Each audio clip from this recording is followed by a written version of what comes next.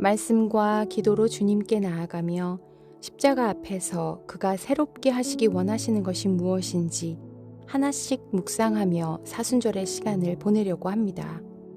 오늘 말씀 시편 119편 9절로 16절 말씀을 묵상하며 말씀의 열정을 회복시키실 성령님을 기대합니다.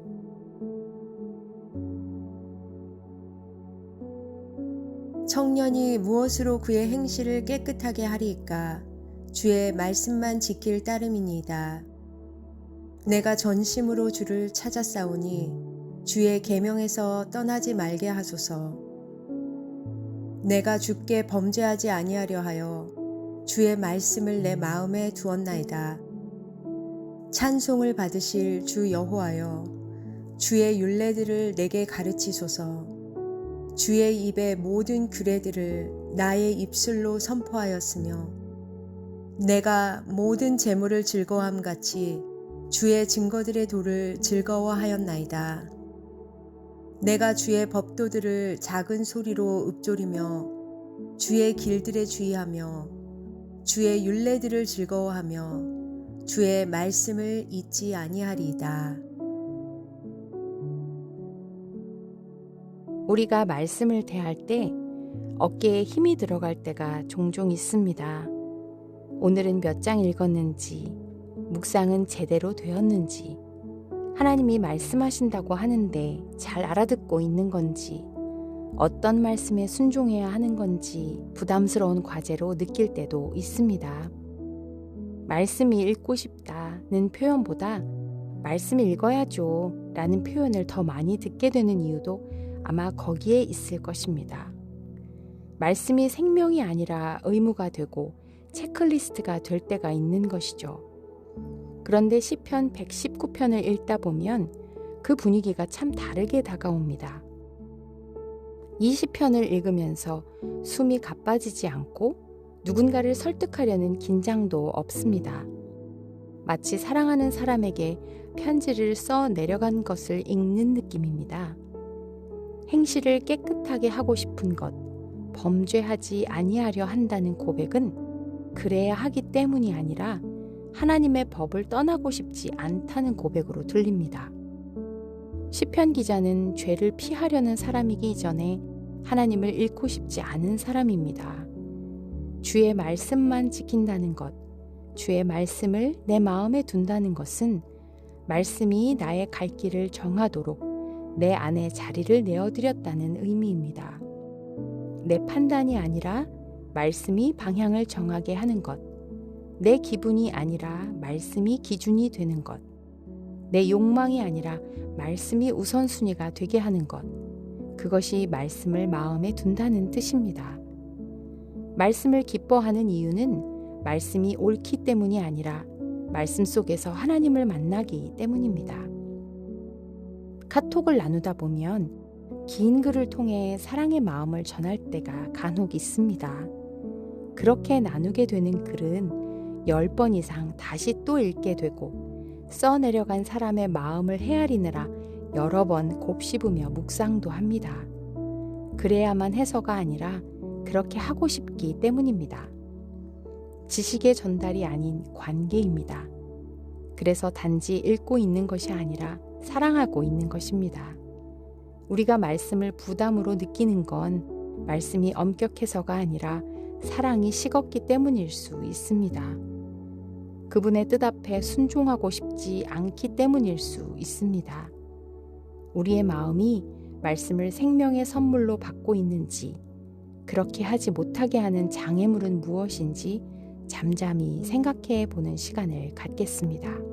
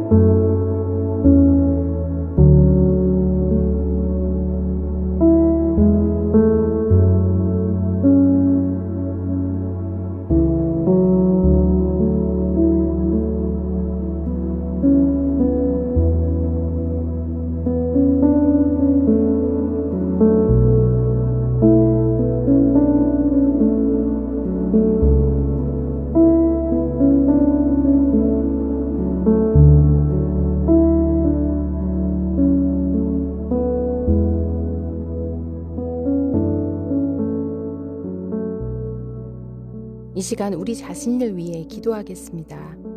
말씀이 의무가 아니라 기쁨이 되도록 성령께서 우리의 마음을 새롭게 해주시고 말씀 앞에 앉을 때 조급함이 아니라 평안이 있게 하시고 읽어야 하는 분량이 아닌 만나야 할 하나님을 바라보게 해주시도록 기도하겠습니다.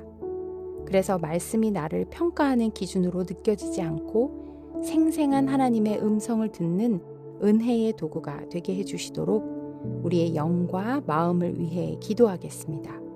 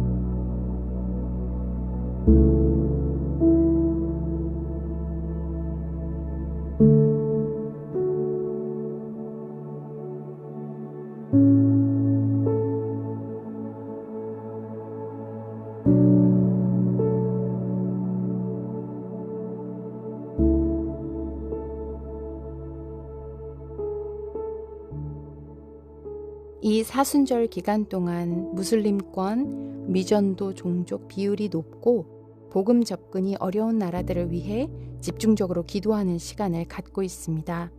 오늘은 오만을 위해 기도하겠습니다.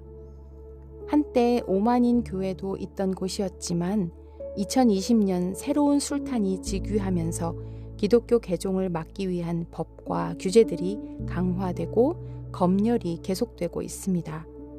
지금의 오만에 남은 소수의 교회는 대부분 외국인들이지만 조금씩 복음이 전해지고 비밀리에 개종자들이 늘어나고 있습니다.